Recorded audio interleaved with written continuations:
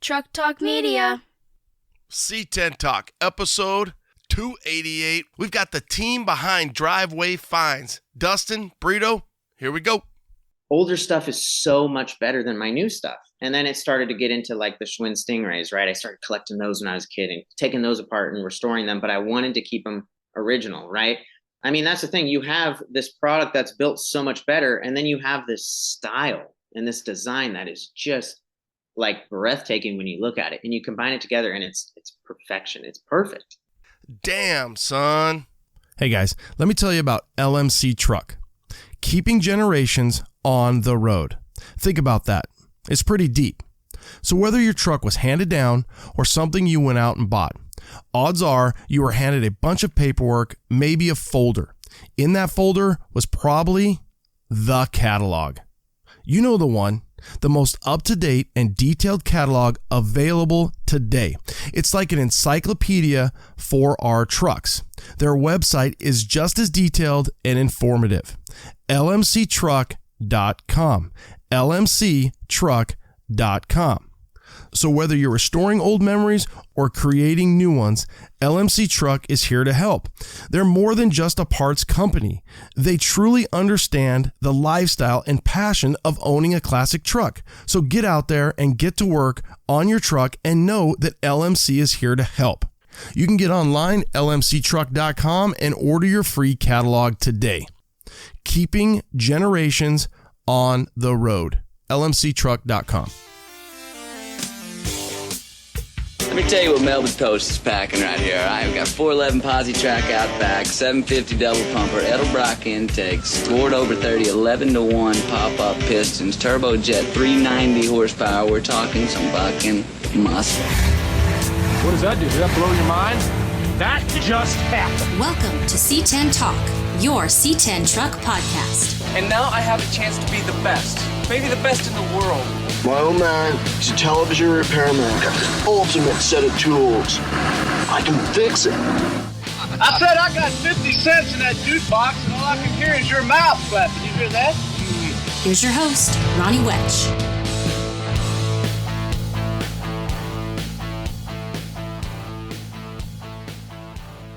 Here we go. What's up, C10 Nation? Boy, oh boy, we got some pod. I've been recording, and I just got to get them out. So I'm doing a little swap here. I was going to have Ricky and Ellie on, which is going to be Ricky Hodge, Slick Rick, that's SLIKRICK 67, Slick Rick, and Ellie is Hell on Wheels, and they're such an awesome story. You can go, they've got a joint venture they're working on as well, and that's the Hodge Garage.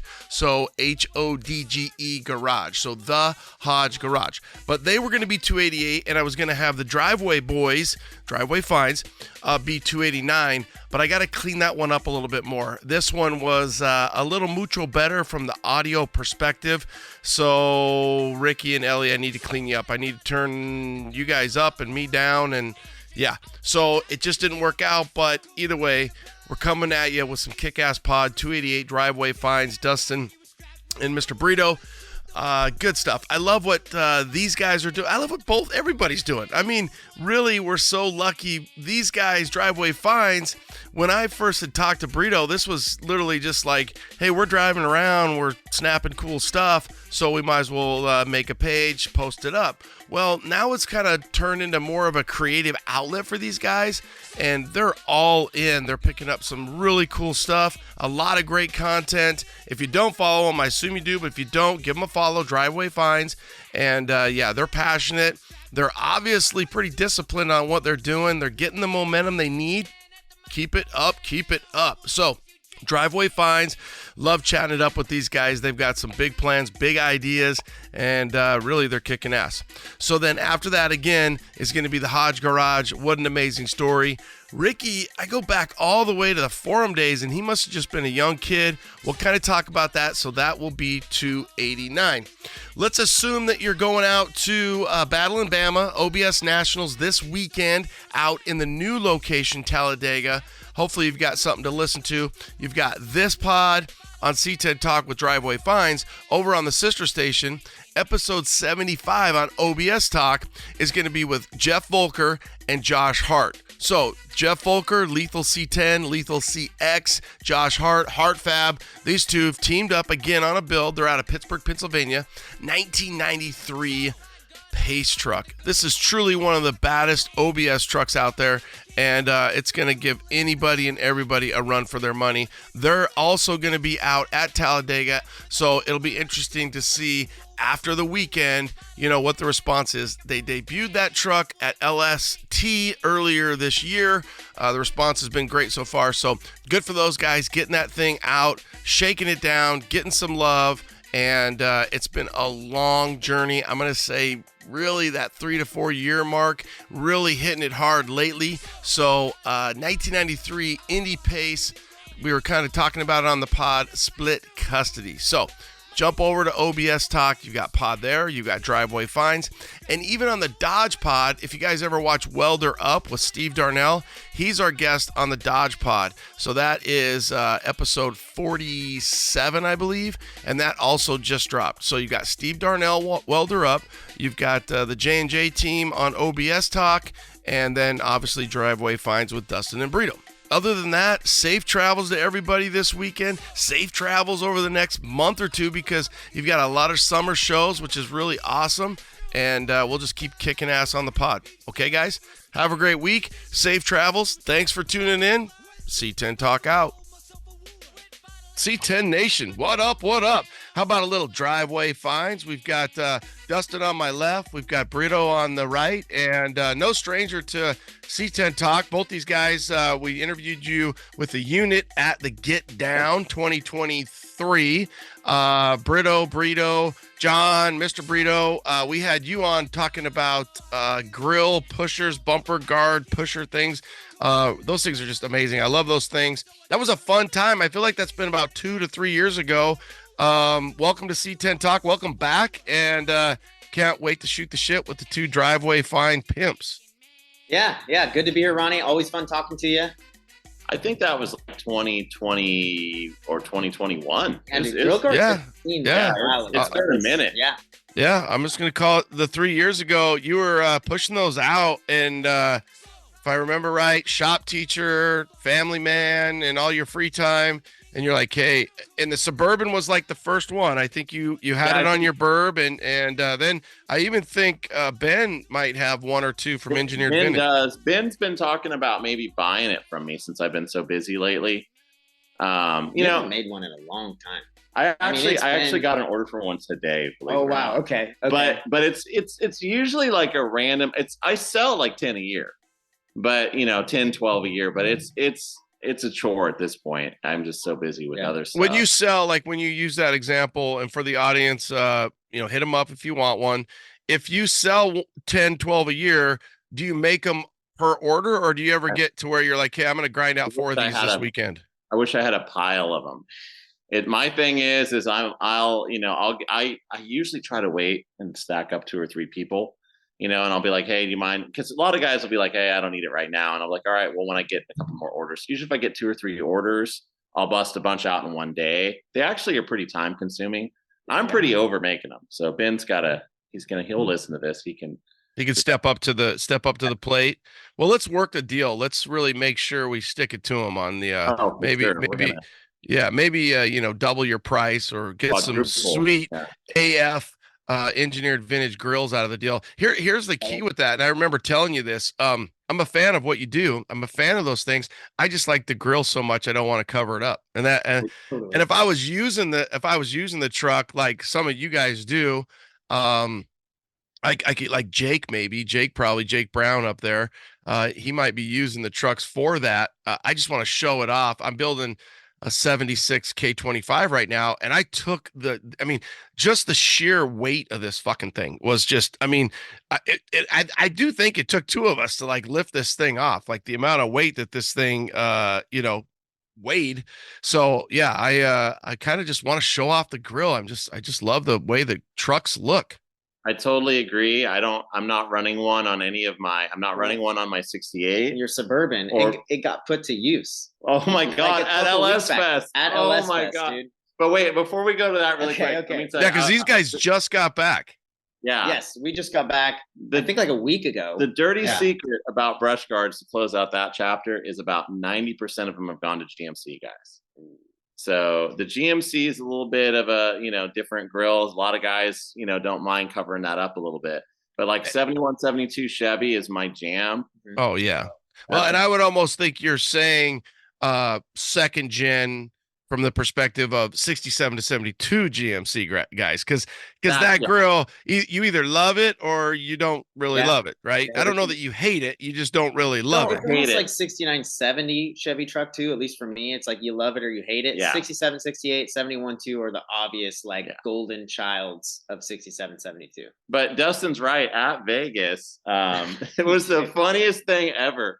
We're at LS Fest. We're like, oh, we're gonna have fun at LS Fest. So it's Las Vegas. We're thinking it's gonna be sunny. It's gonna be nice, right? And if I just setting the stage here, you guys took the bourbon and towed the 55, whatever the hell that thing is. Yeah, so we towed the 56. So we put an LS in the LS2 in the 56 with a 671 super. No, not just an LS2. I mean, we're gonna break this down, right? America, freedom. I mean, exactly, Eagles. right? Eagles That's are right. I'm sorry. How could I forget? Black crows are going in and eagles are flying out. I mean, it's America. Red, white, and blue. Oh my God. LS2 going in there, and then stacked with the 671 supercharger and 2 Holley Terminator X's on the top. That we actually had to custom build a wiring harness for it, and everything else was the same though. Still worn out Muncie 12 bolt that we pulled out from a Muncie's dumpster. Good. We gotta be nice. That thing is so we good. We beat the shit out of that Muncie. It's the world's toughest Muncie.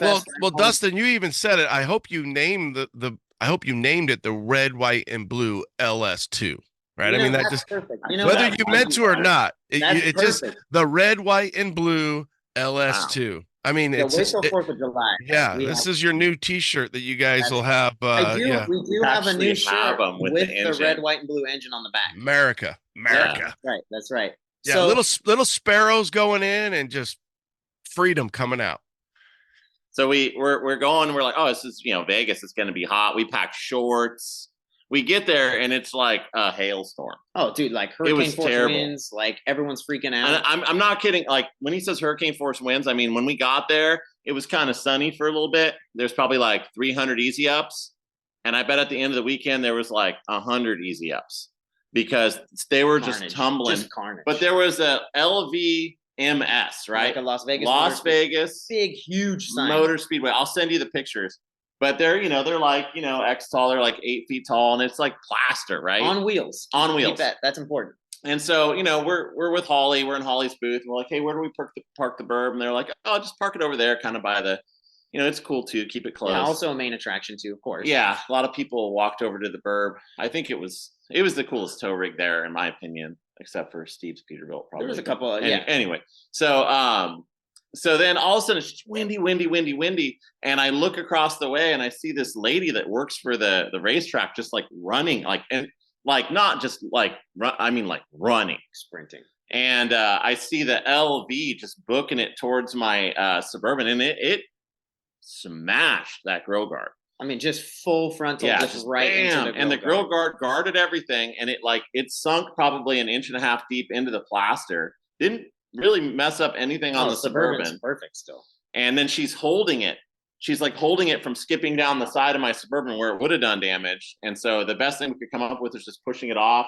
And then they opened a gate actually, and they let it just like blow down this breezeway. So you guys heard it here. Grill guard is tested and approved. It will fend off signs in a windstorm.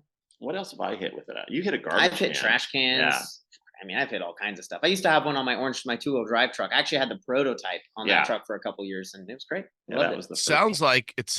Yeah. Did you guys get video of this? Like it's almost smacking, or no? I've got no video, but there's pictures. I've got there's pictures of the damage. There's pictures of it butted up against the Suburban. Yeah.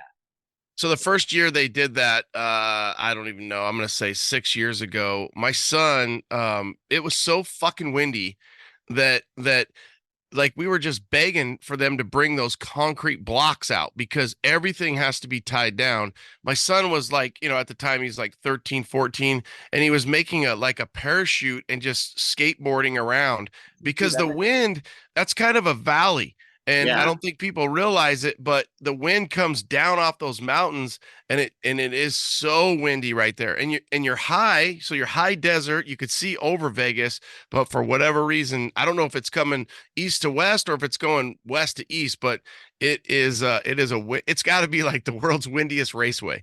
It was insane. bad. We're covering up the supercharger and the, and fuel inject the throttle body so water didn't get in there during the storm. I put like a Chick-fil-A box on top. It was a whole thing. Yeah, it was we were like, so we went with my wife and his fiance flew in, and then we brought one of our really, really close friends. And then Jose too, obviously. Oh yeah, and he brought Jose. his Ford Courier with an LS in it also, which is pretty crazy. Nice, super nice little truck. Thing's a rocket ship, man. Is that the first time you guys have been to LS Fest? Yeah. Okay, cool. Yeah, so I believe that was Ricky and Ellie's first time as well. We just had them on. Awesome. Yeah, so much fun. Yeah. I always kind of huddled in the Suburban. Oh yeah, because of the wind. Yeah, we were all packed in it, and it was just hailing, and we're like, man, this is kind of fun. The best part was watching the people that work for the raceway figure out what to do with the LV and the MS. There's like trucks and trailer. A guy in an ATV showed up. We were like, it was like our own little soap opera. We were pretty bored. I'm going to be honest. But then when it stopped raining, of course, events continued. Yeah, burnout it got contests, great. All that stuff. Yeah, it was cool. It is such a good time. It's, the endorsement is, it's all the shit you wanted to do in high school that you can legally do, with horsepower. Now you've got a little bit more money, or maybe you don't have a little bit more money, but the money you do have, you're spending on, horsepower. And yeah, so they do a great job with that. And it is a lot of fun. And you guys, obviously the content was great. You guys made the 56. You guys took it up there. You've got the red, white, and blue LS2, and you guys were just putting it down. So it looked like everything went really well. And you made it there and back with the burb. Oh, totally fine with the burb. I did. I'm now 2 radiators. My radiator cracked. So it's aluminum radiators. Honestly, these aluminum LS swap radiators. Yeah, it's tough. But yeah. So what brand are you buying? Are you an off brand?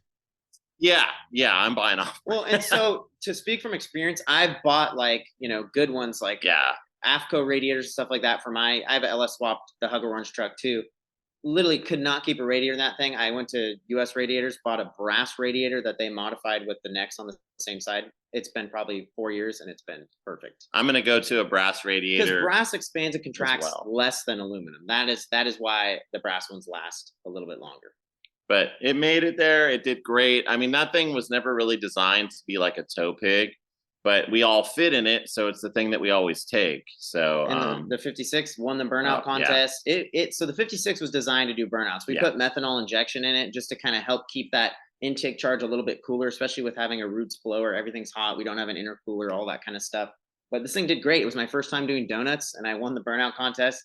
I didn't know what I was doing, but it looked like I did, except for when I did that crazy wheel hop, bouncing up and down. Parts of the car falling out, the trunk floor, since it's so rusty. That might be why you won it. So when he's done, I'm gonna give you the behind the music when he's done here. Yeah. There's always I love the reference. One of my favorite all-time shows, VH1, Behind the Music. Someday you'll see a behind the music reel from Driveway Finds. Yeah, nice. Sure. Right. You guys do. Speaking of that, the segue there is you do a good job of showing the behind the behind the music, behind the reel, behind the videos. You're not afraid to show anything and everything. So let's jump back. So we got right into Holly. We got right into the red, white, and blue LS2. Let's jump back. So Driveway Finds. Again, let's just say back to when John and I, Brito and I, did the interview a couple years back. You kind of said, "Hey, yeah, I got this new account," and at that point, we were really just kind of like, I would say your Jay Brito account was probably even more prevalent. And then you're like, "Hey, me and the students," and I don't even know if Dustin was in the picture at that point. I really don't. We'll jump into that, but it was like, yeah, we got this thing, and you guys always would go and you would like post up shit that was in driveways and wherever you were. And for the audience, they're in NorCal, an hour south of San Fran. Is that correct? North. Oh, an hour north of San Fran. Yep. Okay. So an hour north of San Fran. And then we would see all this stuff and you would post it. And then you would say, well, but you wouldn't show the license plate. Yeah. You would say, okay, maybe this is cool. Maybe they would sell it. Maybe they won't sell it. Either way. And now the evolution has changed to a lot more fun content of what goes on with you two. One of the funnest, videos is obviously the New Balance carburetor. That one I think took you guys to a whole new level. And then another video that I'm just going off memory was like the I guess it'd just be the yard. And it's like, well, what truck would you start with? And all of a sudden there's just like a Blazer, there's like 3 trucks, there's, the 56, and there's 25 different rigs. So tell us, let's go back, because some people might not know who's all behind it, but we'll start with you, Dustin. Then we'll go to Brito. How did you guys, what's your day jobs? How'd you guys team up? And like we even said before we went on air, I don't even know how you have time. You have like 48-hour days because you're making it work and you make it look easy, and the editing and what you're doing. You've got a YouTube channel. You guys are living the dream. So Dustin, thank you again, and hit it off. Let's go. Start with you. Yeah. So, my full-time job is cars. I work at a hot rod shop for 40 hours a week, and I come home and work on more cars. And so Brito and I met, actually, he was my teacher in shop class. I was there his first class that he taught in his first year, and we hit it off instantly. Yeah. I've always been into cars since I was a kid, Hot Wheels, restoring Schwinn Stingrays, all that kind of stuff, So we hit it off, and we do kind of car projects together. My senior project was doing quarter panel replacement on a 74 Camaro with him. And then some of our other buddies, we drive around and look for cars and stuff like that. We all would.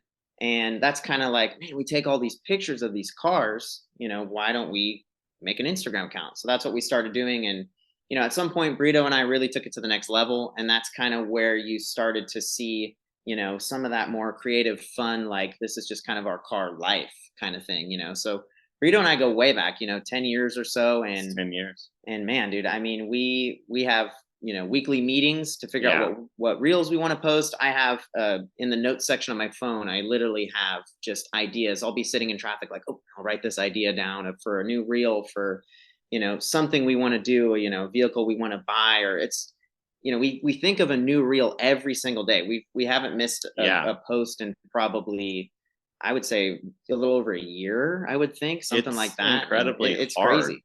It's really hard to put out an original content, well edited, nice, decent quality reel every day. And that's the thing too. We're picky, we're always chasing after quality, not just on our cars, but also like the content that we put out. And then obviously you have the YouTube videos too, which take 40, 60 hours to edit, So you work at a hot rod shop, and before we jump over to Brito, you wrench all day. What's your background? You went to shop class. Are you a fab guy? Are you a motor guy? Are you electrical guy? I do it all guy. Is it a big shop? Is it a small shop?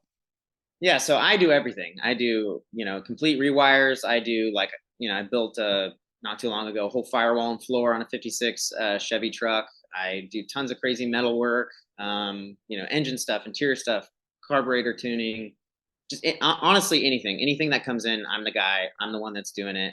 And all self-taught kind of, or obviously you had an amazing shop teacher, but you grew up cars, you learned as you go. How'd you kind of get behind it? Yeah, obviously, I had Brito as a shop teacher, and just, really what's pushed me is my passion for all this stuff. When you have that passion, when you have that car when you're 16 and you want to do this, you want to do that, you figure out how to do it. Obviously, there's been people along the way, places that I've worked at that have taught me a lot. And, I'm obviously super thankful for that. But at the same time, getting off of work, you can just, get off and hang out on the couch and watch TV, or you can go, all right, drag yourself up, get out there in the garage and start wrenching. And that's really, I think that's really when you start to learn stuff, is when you figure it out on your own. You make those mistakes, you learn from them, you get the car going down the road, and I don't just play with trucks too. I did a full 4-year restoration in my parents' garage on a 69 numbers matching L78. Numbers matching, literally down to the... Forgot to say Camaro. Camaro. Literally numbers matching down to the distributor, alternator. Everything's the correct date, the correct finish, everything. I love that stuff, man. I love it. Like that is... That's why we do it. How do you think, from it being a young man, I know it's 27, and we'll get to the reason why I know it's 27, your video, which we're going to get into. How did you, you're an anomaly, right? To be that passionate about this stuff when 27-year-olds are watching Fast and Furious, playing video games, gaming, and so on and so forth. So how did you, or why are you so passionate about this stuff? And I'm glad that you are. Yeah, you should totally. let me answer. I mean, yeah, we'll get there. Yeah. So you got to carry the torch, right? So it's fun to pass this along, and that's also the cool thing about driveway finds, is to inspire the younger generation to keep going. And it's like, I wasn't watching Fast and Furious when I was a kid. Like, people will quote it, and I'm like, I was too busy watching, like, Bullet and Two Lane Blacktop and like American Graffiti, like all the old movies like that. And I always loved, like, my dad saved red line Hot Wheels from the 60s, 70s, and so I'd play with them and stuff like that when I was a kid, and they were so much better quality than mine. I think that's where it really started, is like, man, older stuff is so, I'm like getting chills, like, talking about, I'm not even kidding. Like, older stuff is so much better than my new stuff. And then it started to get into like the Schwinn Stingrays, right? I started collecting those when I was a kid and taking those apart and restoring them, but I wanted to keep them original, right? I had the patina on my Stingrays before patina was patina, right? Like, I love the original paint. It's cool. I still have some of those bikes that I ride around today. And that's what really got me going into, restoring. So you're just an absolute old soul. Honestly, yeah. I'm just an addict. And there's not much that you're wrong about in the perspective of it's just being better back in the day, right? Better quality, whether it was, most likely made here, attention to detail, better steel, better, just better parts. And it lasts for like ever. Forever. I mean, that's the thing. You have this product that's built so much better, and then you have this style and this design that is just like breathtaking when you look at it, and you combine it together, and it's perfection. It's perfect, Hey guys, are you thinking about swapping out your old motor for a more reliable LSLT based power plant? Behind each PSI harness, you get over 10 years of experience in the business, online tech support, phone support, and harnesses made in the U.S. That's psiconversion.com. Hey guys, UP Car Parts is having a Father's Day sale. It starts May 17th. You spend over $75 site-wide, you save 20%. You spend under $75, you save 15%. It starts May 17th, upcarparts.com. That's upcarparts.com. Save today. Need C10 parts? Well, here at Pro, we actually have trucks. We build them, we drive them, and we deal with them every day. It's just part of who we are. We carry the best products for your truck project from the major name brands such as QA1, React, Painless, Dakota, Beltec, Borgeson, Bear, and even more. Give us a call or check us out on the web. You've heard me talk about my gauges, Dakota Digital. I love them. Dakota Digital has the best gauges for our trucks. These kits are complete with sensors for any engine. They look just like the stock clusters, but have all the technology you'd expect from Dakota Digital. It's like a modern truck, but even better, in a classic. Dakota Digital is absolutely the best in aftermarket gauges, so check them out at dakotadigital.com. dakotadigital.com. So you've got a fiance and no kids? No kids. Because you can have 3 kids and a fiance any day anymore. So no kids, fiance. You've got your kids or your projects, probably a couple pets or something. And then what does she think about this? I don't have any pets. Like, it's all So what does she do? I mean, she's got to be like, dude, I need some Dustin time. Well, so that's the thing. It's like, Angie's great. That's her name, Angie. Nice work, Angie. Thank you for your support. Really, no, she is super supportive of what I do, and she, she sees how serious we take it and how passionate we are about it. And that's the thing, I always set aside time for, her and I. Like this weekend, we're, going on like a little getaway, so that's always the important thing is obviously to have time for her. And, we share our passions together. She loves live music. I go to concerts with her. I love cars. She cruises in the old cars with me, even when they run out of gas or they clunk or it makes this weird noise. Like, she's still there. Sometimes you can drive the old car to the live music. That's exactly he right. only drives old cars. That's right. Nice. Yep. No, she's great. Well, she does sound like an old soul as well. And the best part about this for everybody listening, the number one, the best thing you can ever do in your life is marry the right woman. Because if you don't, you'll be paying for it. And then start the way you want to finish. An old wise man said that to me once. Start the way you want to finish. So if you act like you're not into cars, or you don't set them up, then that could become a problem, because now when you have kids and whatnot, you got to start to figure out how to disperse that time, unless you're Brito. But yeah, it's well, and so that's the thing. When you roll up on the first date in a patina Hugger Orange C10 with a big giant lumpy cam, you're setting the tone. But that's the thing. You find the one that thinks it's cool. You just be yourself. And if she loves it, great. She wants to drive it, even better. Yeah. If she doesn't care too much to smell like a little bit of fuel, or she knows that she has the best carburetor tuner in the region, then she's good to go. But so yes. Okay. So you're an old soul. Okay. Brito, you from, just to refresh us on your background, shop teacher, father, husband, and I don't know where you find the time. So I wanna just touch on Dustin really quick, just for a second, not in back it up a little bit. Beep, that kind of way. Beep, beep. I just want to say, like, the kind of person he is, it's passion, I think, is his secret weapon for sure, but he would be good at whatever. Like, he'd be a good accountant, he'd be a good surgeon. He's one of those assholes that's just good at shit.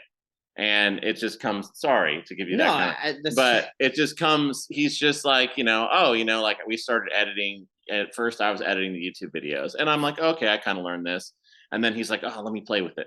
And then it's just like, he's editing at like a professional level, in my opinion. And there's professional editors that are going to watch this and be like, no, he's not, but it's okay, whatever. To me, he is.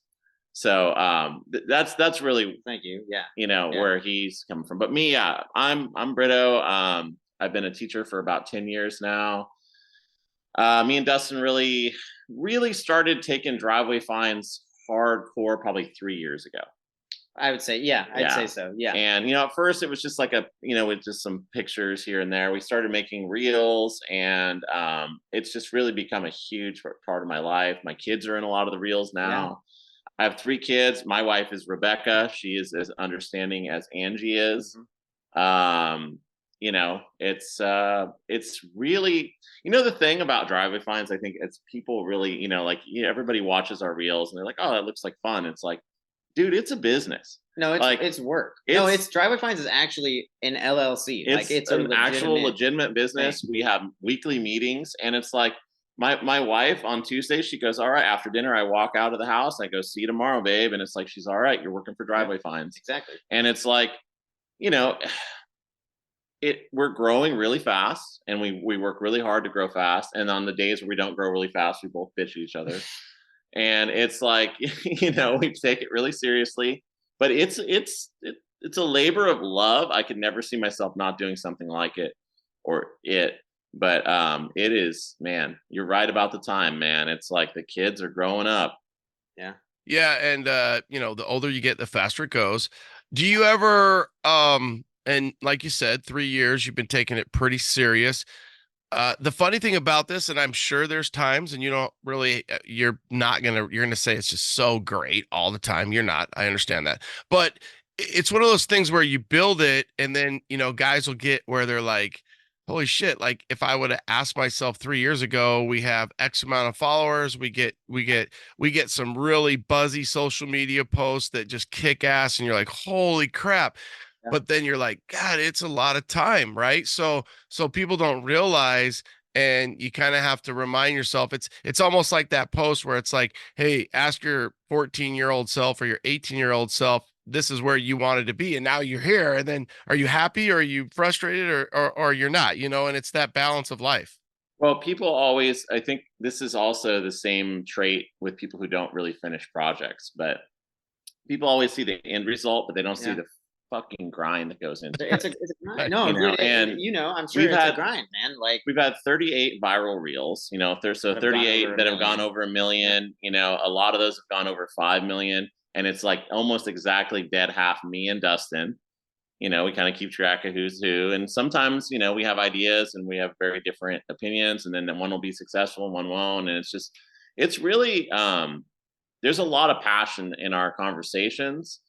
And But yeah, it's definitely, it's not, it is sunshine and rainbows because yeah, if you looked at when we started taking it seriously, like you said, it was like, I think Driveway Finds had maybe 4,000 more followers than my own account. Yeah. I mean, and the thing that's cool too about him and I is at the end of the day, like we both share the same trait of like, we're down. Let's do this. Let's push it out. Let's work hard. Let's crank it. Let's make it happen. Like that's why there's like 25 vehicles on this property, because like that's what it's all about. It's like, let's just go like foot to the floor. Let's do this. If we're gonna do it, let's do it right. Like, yeah, let's do it. Well, perfect example is like we bicker a bit, and I think that's actually fun for people who film us sometimes to watch our bickering. But it's from the same. It's like with the unit is a good example. It's like I'm sending him the picture of the unit that I found, and we're like, dude, we don't have time for this. But we're doing it, right? Oh yeah, we're doing it.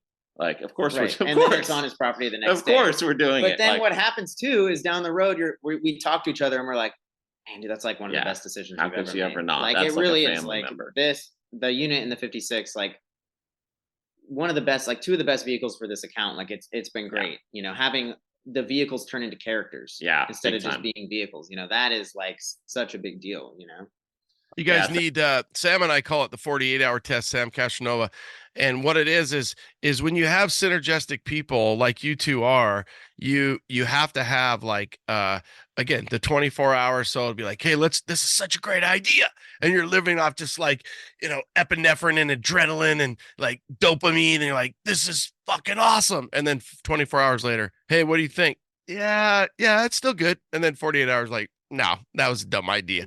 So you guys, I understand like the unit, you might do it on just the complete and total fly, but there's times where I would assume, or maybe my advice is to consider that. But yeah, we do a 48-hour test because it's like, it sure sounds good, but then like you said, people might think it's all sunshine and rainbows, and they might just see the result. But then you're like, there's a whole journey that's in between there. And now, because Driveway Finds is not just going around taking pictures, it's actually needs content. So you're like, okay, so that factors into the decision. You gotta buy cars. It's for the business. Yeah. I mean, so it's like a good example of that is like the van, right?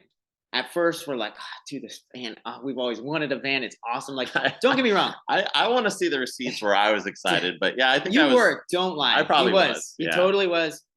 The van is just kind of deflated. But here's the cool part about the van, right?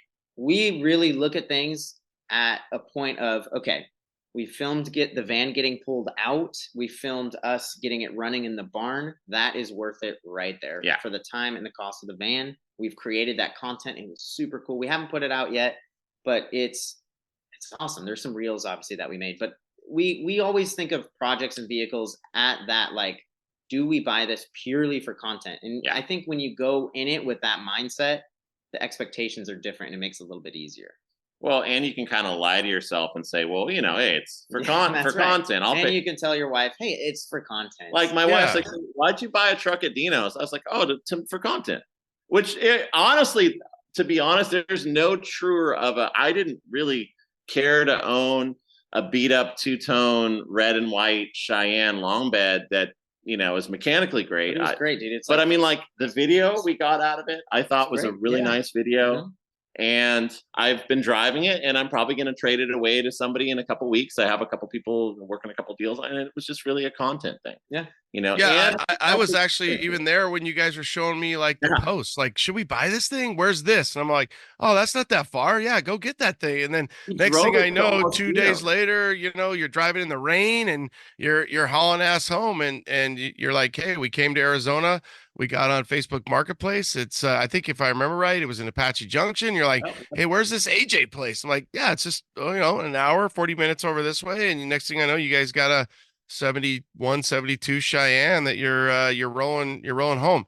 And and you cut it down. I've always wanted to cut one down, and so years ago, but he cuts it down, right? And the bedside looks like it got hit at like maybe 30, 35 miles per hour by a truck. But you mean before or after the cut down? Before, so and then he gets it cut down anyways. I did not. They made it better.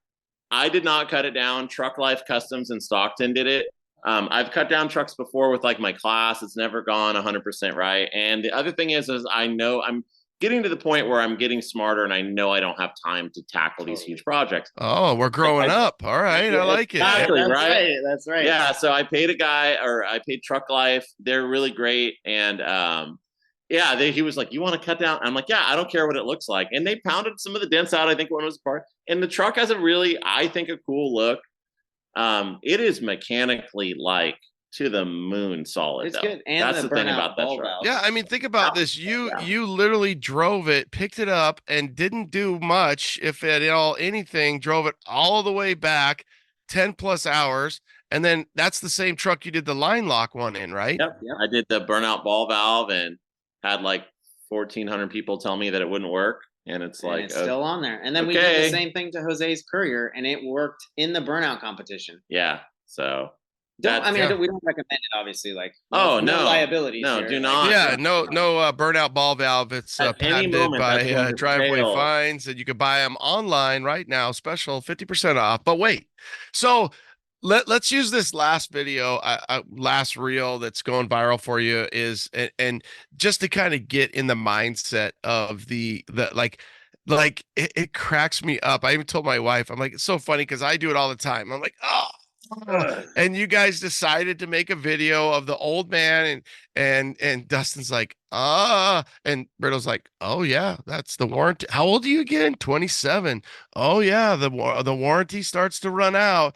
But so walk us through that process of, for Driveway Finds, did somebody do that? And then you're like, that would be a funny reel. How does that happen? So I make old man noises. Oh, I totally do it all the time. It's a joke. I do it almost as much as a joke, where if somebody wasn't around, I don't even know if I would do it. But when my wife and kids are around, I'm like, and my wife's like, shut up.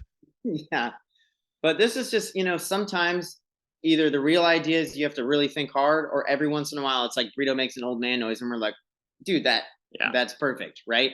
I know, but what it seems like that would just go over the top, but you guys are such in that mindset, or maybe like almost like what Brito said is your ingenuity on this is like, oh, that would be funny. Like that's what it was. Exactly. It's like he literally called me, was like, hey, you know what we got to do? We got to make a reel about, the old man noises you make, but I'll make like my first one. And then you'll be like, oh yeah. And then for me, it took over, like that whole line about 27 when the warranty runs out. That is verbatim an old man I used to work with. I did something at work, and God, I don't want to say, I think it was a hemorrhoid, but he's like, oh yeah, how old are you, kiddo? And I'm like 27. I was his age. He's like, oh, hell, son, that's when the warranty runs out. And I just channeled him for a minute. Well, so that's the thing that's fun about having two people, doing the account, is we just sit there and build off each other. Like, we're both creative, like very visual. Like, I can picture the whole reel in my head, before we even film it, what part I want that's funny, what shot I want to be like dramatic or whatever. And sometimes like I'll write like a script for it or whatever. Like he's like Stanley Kubrick and I'm like Quentin Tarantino. I want to blow shit up. I want to do stupid shit. And he's like, all right, so this scene, this shot, this angle, we're very different, but we're also the same. Like I get where he's coming from, and I think he gets where I'm coming from. Totally. And I think that's why Driveway Finds is actually successful, is because it's not the same content, because we're so different, but we also see eye to eye on our differences. Yeah, I mean, so like I said, it's fun. We sit there and build and brainstorm. Oh, dude, let's do this. And sometimes on the fly when we're filming, it's like, no, wait, let's add this. Let's do this, So, and then you're sitting there, all right, I got this great reel. I got all the pieces. You start putting it together, and then you're like, oh, shit, I got to pick a song for this. Like, God damn it. So the songs are hard. And Iron Man ended up, I feel like, working perfect with the dun. Like sometimes it just all comes together, and you're watching it and you're laughing like, oh, dude, it's going to be perfect. I'm just like in love. Have you ever had one that you thought was going to be so great and it just puttered out? Countless times, dude. I'm telling you. Oh, and that's funny because we both have kind of the same reaction, because a reel is like, I don't know if people understand this, but like you can work between anywhere from 5 minutes to, I bet I have reels that I have 10 hours on. I'm not even kidding. Of just by the time okay, really quick. The New Balance style reels, the high quality. Really quick? Really?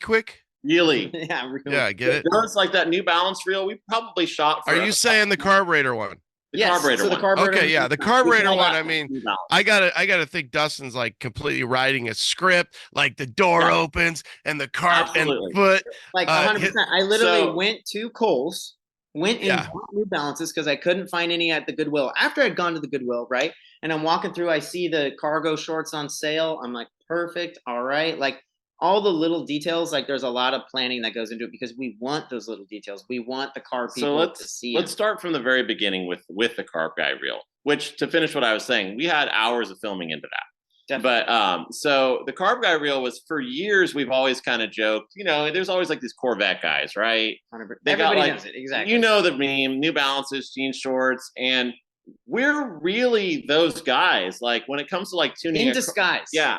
When it comes to tuning a carburetor, there's really 3 people in our area that I think are like. I'm sure there's more, but I'm sure there's more. People are going to DM and be like, I actually know what a power valve does.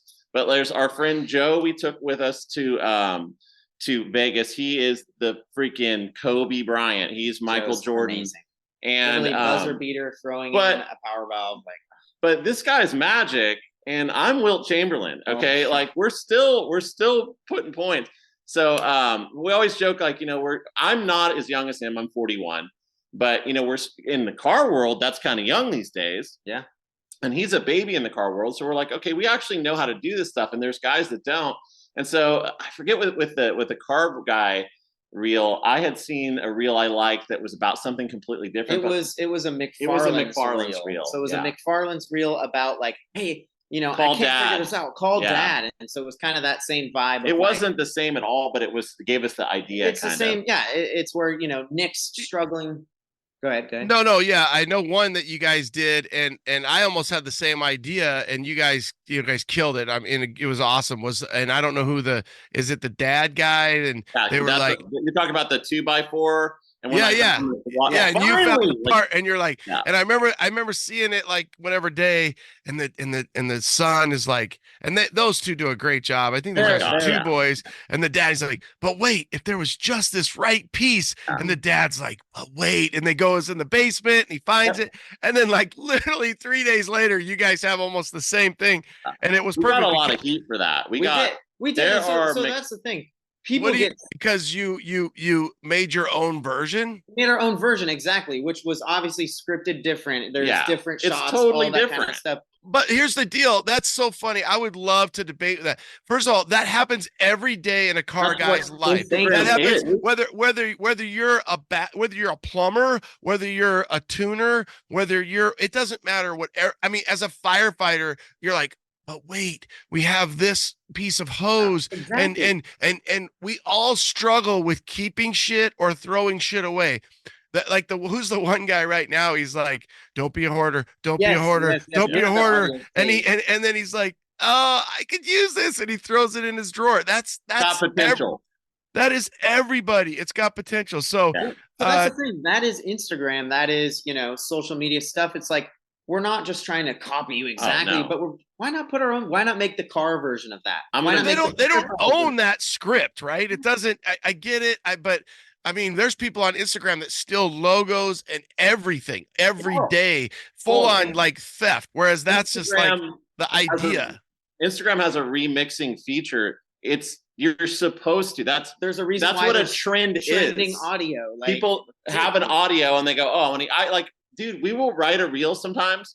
We'll have a meeting and Dustin will be like, I want to use this audio, but I don't know what on. And we'll be like, shit, what can we use it for? And we're like, oh, it'd be funny is if it was this.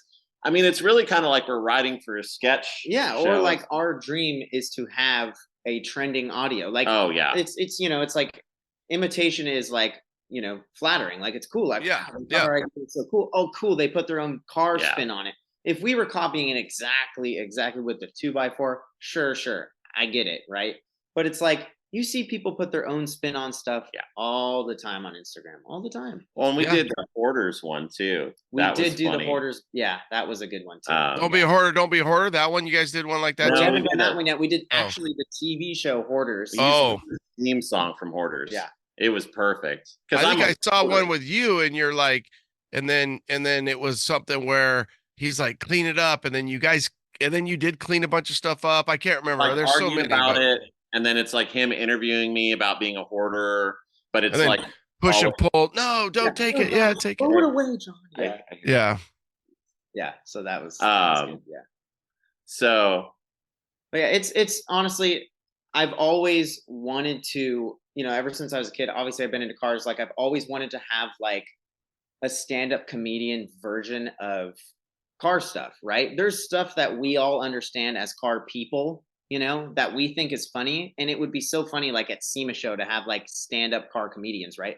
This is our way of doing that, right? This is our way of making funny things that are super relatable to everybody. Like we made a really good one today that we're probably going to post either tomorrow or the next day. That's super relatable, super fun. And it's like stuff that happens to everybody, Well, and so with your schedule, how do you find time to make them? Like you said, you made it today. It's Friday. We alternate. Usually if I went today, he'll go tomorrow, but it depends. Sometimes I'm stacked up, or he's stacked up 4 or 5 in the can ready to go. It really depends. We try to save, I don't know how much we're getting so big, not that we're huge, but we're getting big enough to where it doesn't matter what day we post really, but we used to try to save all our best content for Friday, Saturday, Sunday. And so I'd make something, I'd be like, hey man, this is too good for Wednesday. So we're going to throw this up on Saturday. And so we just, we text 872 times a day. And it's businessy. I mean, it's like, all right. And then like I'll get a text at like 10 o'clock at night. I need upright footage from LS Fest, blah, blah, blah. And I'll be like, oh, okay. And I'll send it. And it'll be like, question mark. I need it. Oh, shit's for real. Okay. Send it to him. And, and it's like today, he had a break between classes. He had an hour and a half. I'm like, perfect. I'm going to jet over here. Let's crank out this reel. We get like 3 or 4 done.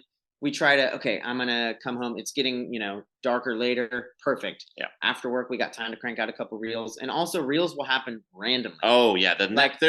I'll be doing something at work, right? Like there was a new Corvette there that not new to me. Obviously it's like a 2005 Corvette that has a LS2. And I'm like, oh, perfect. I can do like a panning shot of the LS2 and then a panning shot of the 56. Like this is where we were. This is where we are now. Oh yeah. I saw that one. Yeah.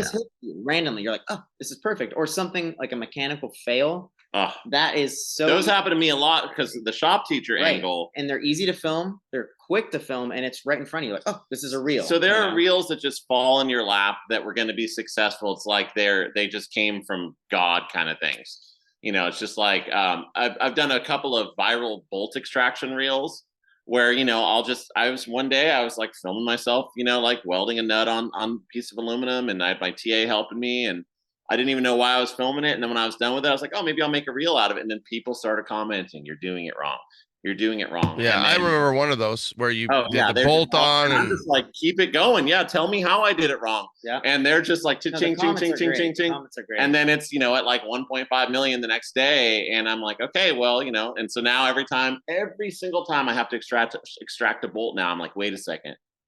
Is this exciting enough? Should I actually film this? I actually did one yesterday. Well, and it's like, and that's the thing. It's you after a while. I remember this early on, it was kind of hard, but after a while, you train your mindset to think of things in a reel, right? So instead of in the beginning, we're missing this, missing that. I wish we would have. Well, now instead, we'd rather have too much than too little, right? You see other guys doing it too. At LS Fest, there's a guy who exploded his 6.0 all over the burnout pit, and he it was on fire. He jumps out of it and he's like, I got his phone and was filming. And I was like, yeah, there's the professional right there. Well, part of that too with the reels is very funny because that's the TikTok evolving over to Instagram, where Instagram forced it down our throats, right? You would just post a picture, and that seems like so long ago. And then they're like, okay. I even remember when reels jumped above photos, and you're like, oh, they're really making us do this. And then, like you said, the trending audio, I had a guy for a while working here with me and just helping me with all the content.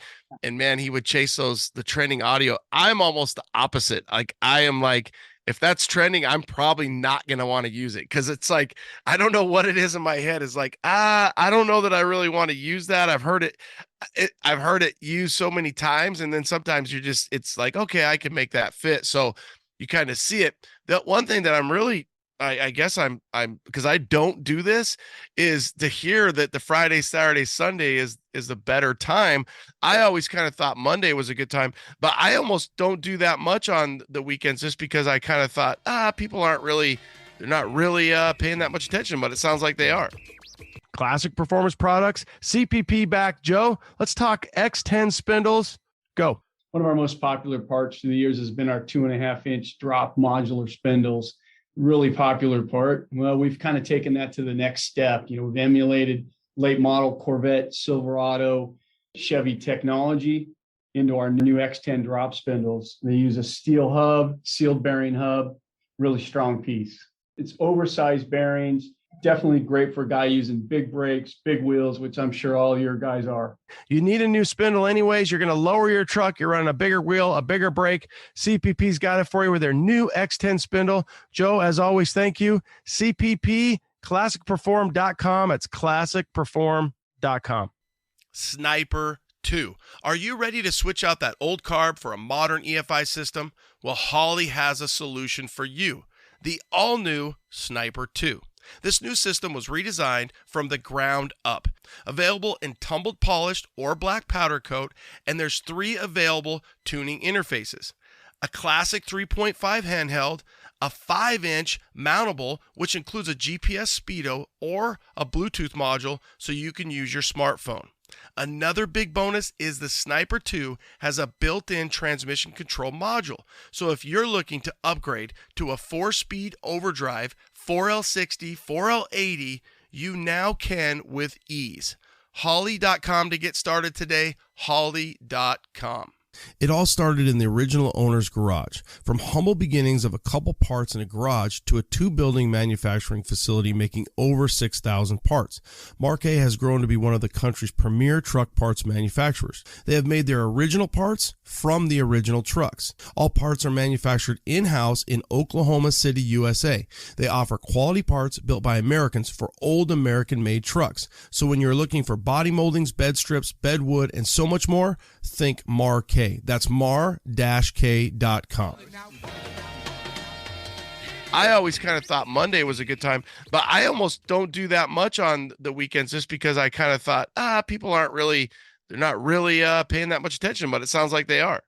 Well, that's the thing. We always hit in the mornings too. Everyone's around in the morning. You wake up, you take your phone out, you start scrolling, you're doing your morning stuff, chilling out with your coffee, you're scrolling, right? So we always post in the mornings. We always post 8:30, like literally from 8:30, 8:45 zone. That's when we're posting. We have no idea if this is. But because you guys are so West Coast, do you ever say we need to post at 5:30? Or set them to post that early so that people on the East Coast. I was just back east in South Carolina, and it's hilarious because 3 hours difference, right? And you're thinking, you're like, it's 11:30, and the kids are just now getting up because we've got kids still in school. Right. So we're like, okay, they made it. 11:30 is close to lunch. Exactly. So if you post 8:30, that's 11:30 on the East Coast. Instagram, the one thing I do know, all this stuff I'm pulling out of my ass, except for the one thing I know it's honestly hard to really figure it out. Oh, yeah. The first 10 minutes makes or breaks a reel. I hate to say that. Yes and no, though. I mean, that's the thing. It's like you think you haven't figured out, right? And then you look at a reel and you're like, man, freaking 500 and, a half an hour, great. And then you're like, I'm just going to forget about it. I don't know. You're going throughout your day doing your thing, and then you look again, you're like, oh, 24,000. Okay. I'm more with Dustin on that. I've seen stuff that I posted that's deader than a doornail, and then later, either that day or maybe even I don't really pay that much attention because I don't have time. And I'm like, holy shit, that thing had way more than I ever thought, because that one time I checked on it, it wasn't doing anything too crazy. Have you guys ever felt like you were shadow banned at all? Because with C10 Nation, I have 250,000 followers, and there's times where I'll post stuff and it could be me picking my nose and it goes off, and then you'll post something that's fucking awesome and it's dead, and you're like, how is this possible? And then because I have multiple accounts, I assume I know you guys do as well, and you're like, I will see something that I posted, let's say on C10 Nation or C10 Talk. I'm like, I posted that a week ago, and now it's just coming up on my personal feed. So the way that they control all that shit is crazy. I don't know how they control it. I mean, it's crazy. One of the fun things about LS Fest is we got to talk to a lot of other social media managers, which is basically kind of what we're doing. Yeah. The girl from Jags was really awesome, and I was talking to her, and I was like, yeah, man, we've just been sucking lately. The algorithm's down. She's like, oh, dude, it's everywhere. Like they all know it. Yeah. And so what she was saying, I believe, was like, oh, around the first of the month, sometimes there's a dip. And the guys from Holly said the same thing. Like around the first, there's usually a dip, then it comes out, and then I don't know, man. It's not. It's kind of the luck of the draw. There's things that you go by that you know that'll work, and it's a very small amount of things, right? Yeah. The rest of it's just like we just try to make content that we actually like ourselves. That's the thing. We like everything we post. Look, my reel today is the worst performing reel I've probably ever posted. I'm not even what was it? I don't know if I saw it. I saw the Corvette thing where you showed the new Corvette of Vegas, us in Vegas. To was it with the Little Less Conversation, the Vegas song? Was it what the 72 K25 rolling or K20? No, that was a swap meet reel. That was the swap meet. Oh, that was like Turlock. That was 10K. That was yesterday. Yeah. That was a good one. That one was a good one. But, you know, the one today was just like, you know, just a bunch of shots of us as friends walking around. It was a time lapse of all of LS Fest, which I thought was interesting. Yeah. Elvis's Little Less Conversation. Wow. It's a Vegas based. It's the worst one I've ever done. That one, yeah. And, you know, it got nothing. So, but then again, I could wake up tomorrow and it could be at 50K. I mean, yeah, there was one of the unit driving at night on the freeway when it was raining. Honestly, like it was good. Looked amazing, right? And I remember for like a week, it was like horrible. I was like, oh, dude, this sucks, man. You know, it's one of those ones you fall in love with. Yeah. And then it just picked up, and just took off. I think because I remember that one, and it's such a cool like image of old school, and really for the audience, if you haven't had a chance when we interviewed you two, these guys at the Get Down, you know, you kind of got into that history with the unit. At that time, you were getting ready to go to the California Highway Patrol like museum, and you're meeting with the freaking commissioner.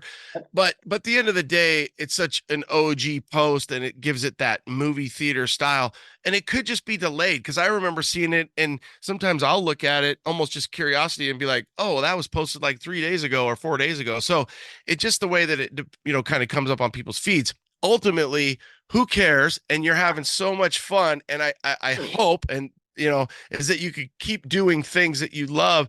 And even though it's turned into somewhat of a job, it's just so much fun to do this stuff. And like you said, Dustin, it's like, hey, as a 12, 14, 16-year-old young man, you're like, dude, I get to play with cars and make content. And just like you said, Brito, it's like, well, I got to have it. I need it for content. And you kind of find that balance within reason, because you guys have a lot of shit. Yeah, definitely. I blew up a perfectly good rebuilt 307 to make a reel. I mean, let's be honest. A perfectly good 307 is kind of like that's kind of a boat anchor. Nobody cares. I mean, it ran. It was the sweetest little purring like a kitten 307. I felt so guilty, but you know, that was for me. I was like, all right, yeah, this is really a thing now. We actually do dumb shit for fun. So behind the music of that, also, we're driving. I'm like, hey, it's got idiot lights. I'm like, okay, hey, the lights on. He's like, you know what? I don't care. Fuck it. I want to eat dinner. I'm making it. He just really floors. I'm like, hungry. Dude, I was like, just film me. That's the I'm other hungry. half. So you were hangry. I was hungry. Dude, that's the worst case of hangry. 307 abuse, which is insane. It's also a 307. No one's crying. But anyways, and I was once again really hungry. And I had walked like 15 miles of Turlock Swap Meet, and I was like, "Dude, film me. This could be viral." Of course. You know, and I mean, yeah, if I have to kill a 307, I would kill a 307 every single day for a million view reel. I would. Hey, the bottom line is, at this point, the 307, we know, right? It's not like it's a small block. It's not a big block. It is a small block, but it's not a 350. It's not a 354 bolt main. It's a 307. We know that you don't need it, and you're just always looking for something else to put in the place of a 307. So you made it for content. You know what I mean? So it is kind of funny the way that you're like, hey, there's no 307 abuse anymore. That's old hat. That's old hat. Well, and then, you know, down the pipe on that one was, you know, I had an LS all ready to go into my panel, and I was like, you know, I don't know, I'm kind of on the fence. So I put up just a really simple reel that said, comment, what do you want? What do you want, a small block or an LS? It got like 1,400 comments. And everybody wanted it to have a small block. So I was like, all right, you know, there was like 400 people that wanted LS, but I was like, okay, or whatever it was. I forget. Was it 12 or 1,400 comments? So, I mean, yeah. So I had to stick with it. So like, how does the YouTube do when you guys, because a lot of guys have a tough time the one guy I'm thinking of, he's more of a BMX bike guy. He has an amazing account, Rad BMX Bikes, and he's like, dude, I can't get the jump over to YouTube the way that I have. Are you guys finding a struggle with that, or is that going good? Oh, wow, man. I mean, look what we just hit. I know, I already looked. Yeah. Oh wow. So yeah, YouTube. We just hit 10K. Yeah. Nice, congratulations. 10,000 subs. It's not a lot, but YouTube that's a is big rough. deal. I think it is. I'm not gonna lie. YouTube is totally rough. Long form videos are hard. Like I said, it's the time to create them. So what's been really helpful is we've been taking our reels and just throwing them up as shorts, and that's been helping us out immensely. Trying to get that traffic over, obviously, to the long form videos. And we're having some guys that we're working with that are super, super awesome to help us with filming and editing and stuff like that to try to get the videos out quicker and, a little bit better content, because obviously the dream for Driveway Finds is to create content, to be somewhere in like Montana, on a farmer's property, getting a, 72K20 running or something like that. That is the ultimate goal, is to create awesome content for you guys to watch.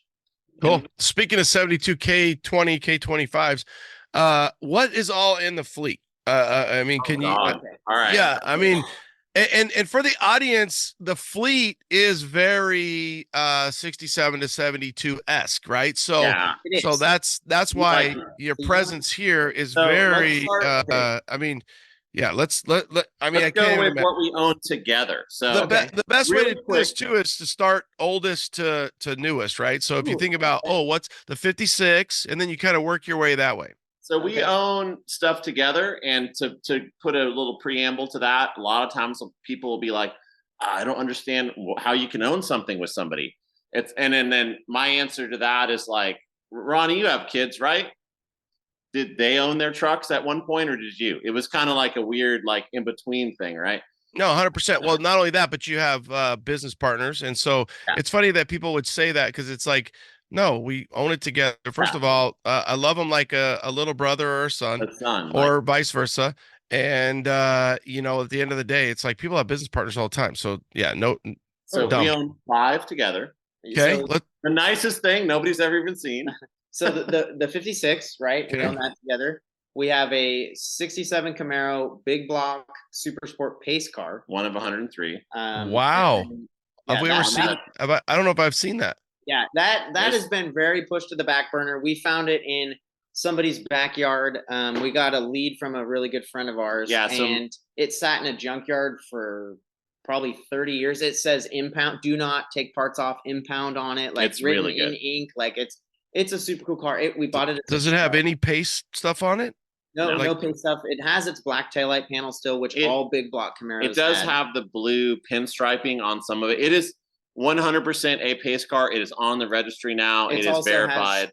The code on the trim tag, which is L181A, which is the Van Nuys code for a pace car. Yeah. Wow. Cool.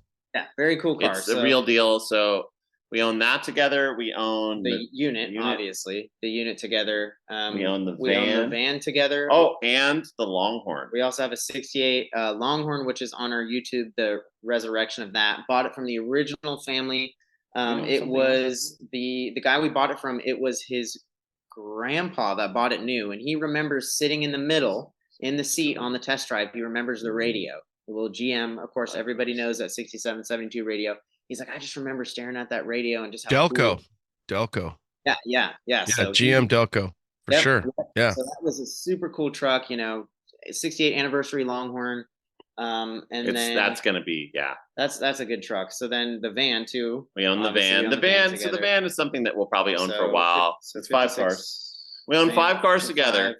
And then I'll do my fleet. Yeah, you do your fleet, and then my fleet right now consists of a 68 K10, silver interior, bone stock, drum brakes, closed knuckle, no power steering, no power brakes. Driven all original. Every day. I drive it almost every day.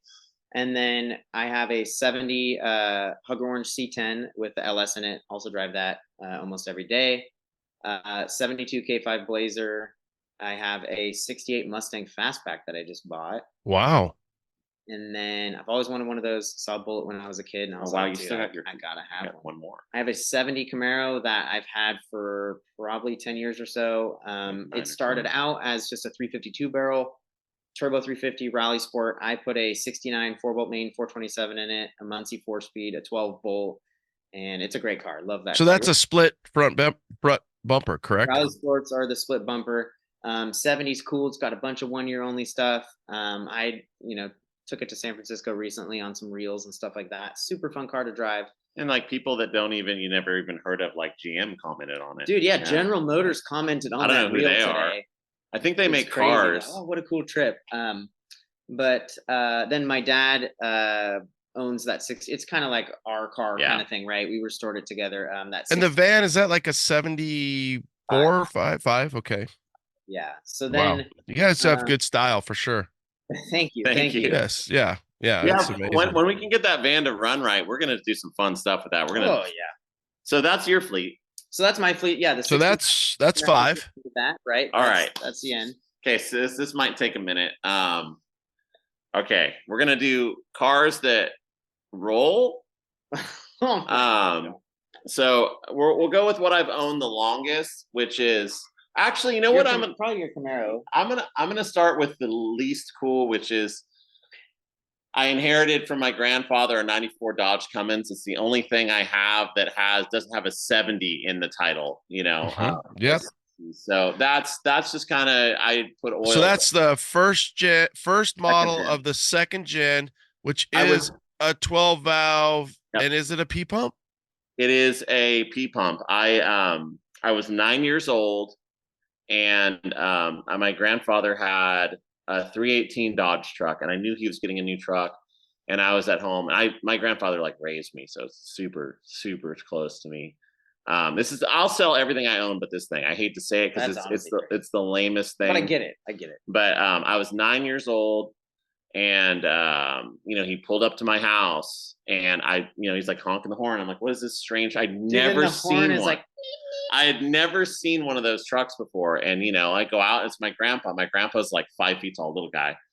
And he's like, come on, John. He's Portuguese, broken English. He's like, come on, let's go for a ride. And I'm like, oh, I can go for a ride with my grandpa. That's cool. And we went for a ride in that thing. And I'd never felt the power of back in the day, 94, that was the shit. I mean, that and my grandpa did like a burnout in it. And I was like, I saw a whole dude, he was like it was like chirping and we went for a ride for about 10 minutes. I remember it had 9 miles on the odometer. Oh wow. Automatic or 4L or it wasn't automatic. It's had a few automatic. It's had so many automatics. It's an NB 4500 now. 4500. Yep. Okay. Nice. So then, I have my 67 RSS. And that's single cab long bed. Single cab long bed, beat to shit. Okay. Honestly, I put oil in it. I changed the oil. We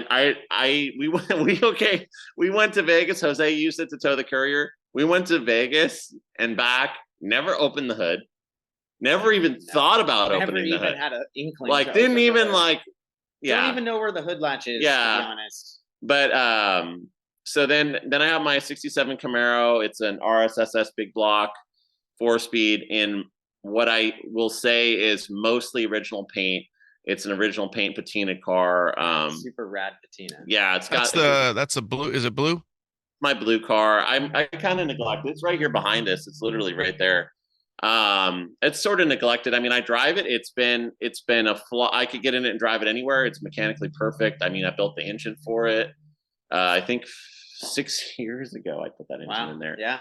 So I've owned that for a long time. And then, what else do I own? Well, everybody knows my Suburban. It's the hardest working 6772 Suburban there is, I think. So my Suburban LS 4L80 original 1970 K20 Suburban. And then I have my panel, which is a little bit of a newer addition to the fleet, but that's a 68. It was a C10 panel that I bought from this really nice lady named Debbie. Yep. And it was another one of those ones that our friend Trevor actually found. He just said, hey, I found this panel. And panels are usually like rotted out for whatever reason. Yeah. This one was kind of crisp, and Debbie was amazing. She's like the nicest lady. And I just kept calling her, and her son was going to get it. And then her son backed out. And then finally she put a price on it for me. And I knew right away what I was going to do with it. I already had a. That's the cool part too. Is like we were driving back from a swap meet. Oh yes, this is great. And we'll pick a vehicle, right? Like, okay, I'm gonna get the panel in like a couple weeks, and we'll sit there and just go back and forth and build it. It's like, what are we gonna do? You know, down to the smallest detail. Like it's gonna have tow hooks. Okay, we're gonna mount the gun rack here, and then we're gonna do this. The CB is gonna go there. Like everything, and that is a lot of fun. That gets the blood pumping, the dopamine dropping, and you're like, oh, this is so much fun. And that's where the 24 to 48 hours comes in, because you get so fired up on shit, and then you're like, I couldn't find the tow hooks, the CB, you know. But if it works, it works. I think it turned out really well. I love it. It's on super lugs. It's got about a 4-inch lift, and I've never seen another panel like it. And it's a permanent member of my fleet. I really like it. I just did ball joints on it yesterday. So that's how much I love it. That's love. I have a 67 GMC, was a C10. During COVID, I converted it to a K10, did all of that work, and I made videos to put out to my classes just because I needed to make content for my classes. So that's a forever keeper because I used to work at a ranch. I'm not the biggest GMC fan, to be honest, but 67 GMCs are like, ooh, they're a little different. And so that one was one that I always like the badge on the side, right? The mine's 67 not supposed to have it. Mine's not a custom, but I put it on there, and I'm not the kind of guy that would ever do that anyway. But they're so. But cool. it's the cool. No, that's whatever reason, that's what really sets that apart. When you have that custom badge and it's sitting there, and you're like, dude, this is it's so dumb that something that small could be so cool, but it just throws it back. It's original paint, and that cab on that truck is like a 10. It is rust free. So nice. But I used to work for this ranch when I was younger, and my wife did too sometimes in the summers. And they just gave it to me. They were just like, hey, the barn's falling down. Why don't you come? I thought I was going to buy it. Actually, it's the very first thing me and him ever filmed together. No, Vegas. Never. Maybe the first first thing we could ever post. Vehicle resurrection. Kind of thing. We went to Vegas. Be careful when you say it's the first thing we filmed together that we could only post. I mean, just be careful. That sounds really wrong. Just be careful with you two. I'm just saying. Okay, backstory. Keeping this we PG. Went to Vegas in 2017. I bought a Jimmy sight unseen. We flew there. GMC Jimmy. We flew there with a toolbox, and we drove it home, and we filmed 9 hours of content. We gave it to my friend to edit it, and he lost it. So, didn't you do duct tape at one point and paint some stripes or something on something? I can't remember what that one was. I thought that was on a Blazer or something. Magnets for the unit. The magnets. My whole fleet here. So so 67 RSSS, 70 Burb, the panel, the yellow GMC with GMC. I have a green short bed fleet side GMC that I'm getting ready to sell now. I've owned for about 3 years. It's a really good original truck. Yeah. Really good, clean little truck. Why are you selling it? What makes you decide to sell something? I'm not even halfway done with my fleet. That's why. I mean, I can't keep them all, and I have the trucks I like so much more. My forever keeper, as I have a lot of forever keepers. No, don't answer that yet, because I'm going to come back to what one would you keep? So 72 GMC. I have my K20. Now that one's, I just finished doing the rockers on it. So that's an original. I have a thing for original paint, obviously. So I mean, and that's medium bronze. Love that. Bronze. Is that the one where the kid took the grill and threw it down? And that's me. I threw the grill. My kids. Oh, you did, but your kids boxed it. Yeah, It's got a bin. It's got a bin grill on it. When he says bin, he's actually saying Ben, and that's engineered vintage. Yeah. No, I prefer to call Ben. Ben. Yeah. Big Ben. He's a big boy. Big Ben. All right. Great guy. I love that truck. I assume that might make the top 3, but okay. So the K20. So that's my bronze truck. That has an engine that when we get to that, if you want to ask me more about it, that engine we've shared. It's a funny story about that engine. So, so on my bronze truck, I have, what else do you have? The flatbed? Oh, I have that flatbed. Oh, yeah. Okay. So I have a 1970 flatbed C30, which is just like a ranch truck, but runs and drives. I have a 1963 Mercedes W110 200D that's going to be at LS Fest next year in the. What is that? I don't know. I don't know Mercedes. It's a little dumb little grandma car. Okay. Like the little, real nice 2-door, real hard metal one. 4-door. Oh, It's not 4-door. as cool as your grandma. My grandma's not as cool as your grandma. So, No, my grandma didn't have that one. I'm saying my grandma had a K car, bro. So. It's a little brown Renault. 4-door Mercedes diesel that I bought from Scotty Birdsell, and It's poop brown. 63. My God, that's awesome. I think one of the reels went viral of it.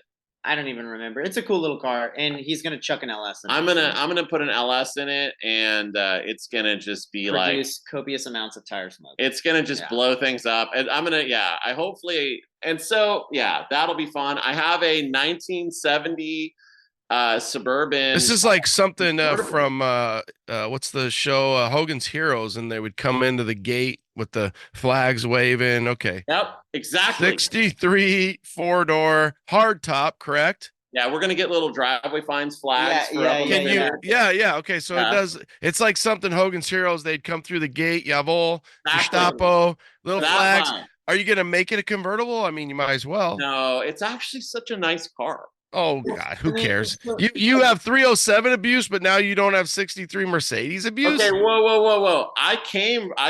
Before I met Dustin, I was mostly German cars. You can thank me for all this. Yeah, I've owned almost more Mercedes than I have 67 72s. And is a 63 a 4-door Mercedes? Is it? I don't know, and I don't. Not valuable. No. Oh, so it's not. It's worth nothing. It has zero value. Really so it should be cut and made into a convertible.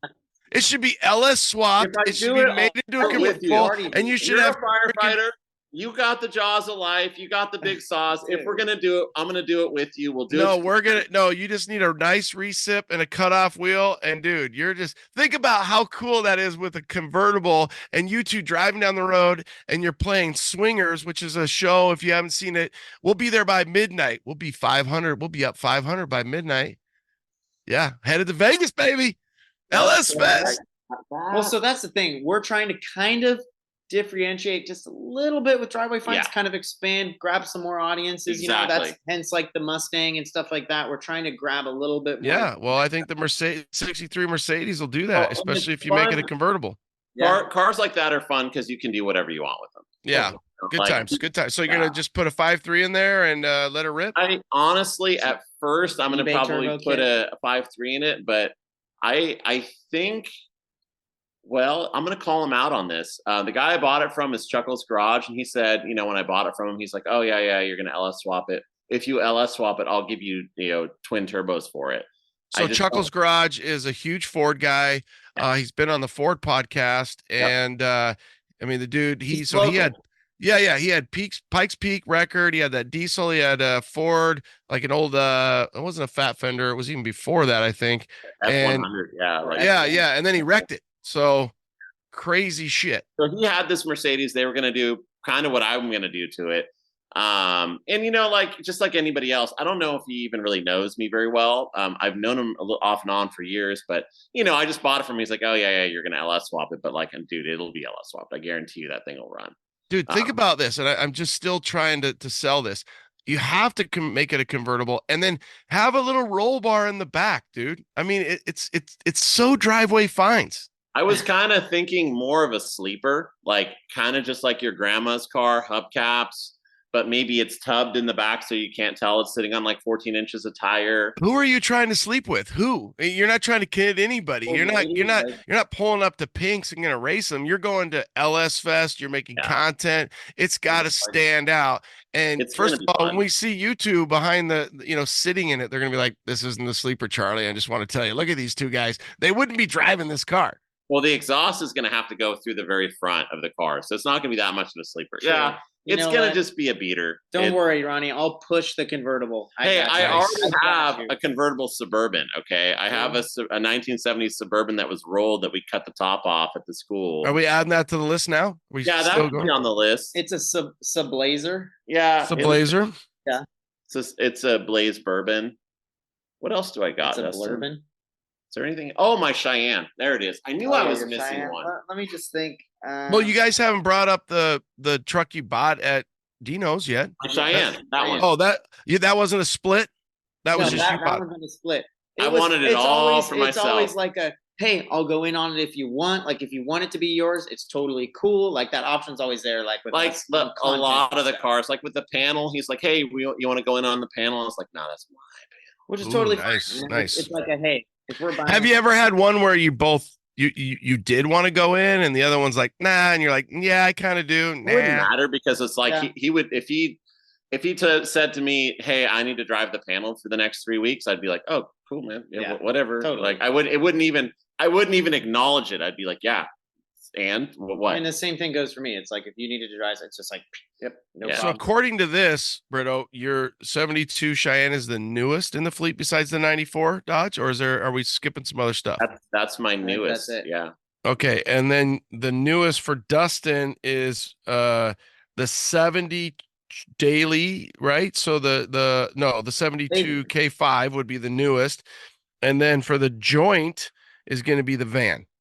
The van, we're pushing. The van is 75. You guys are really getting up there. So you've stayed, because for the audience, because they're in Cali, 75 and older is good to go. So and then diesels are also good to go, which never made any sense to me because they are the dirtiest fuel burning vehicles. And for some reason, the politicians in California decided that that's okay.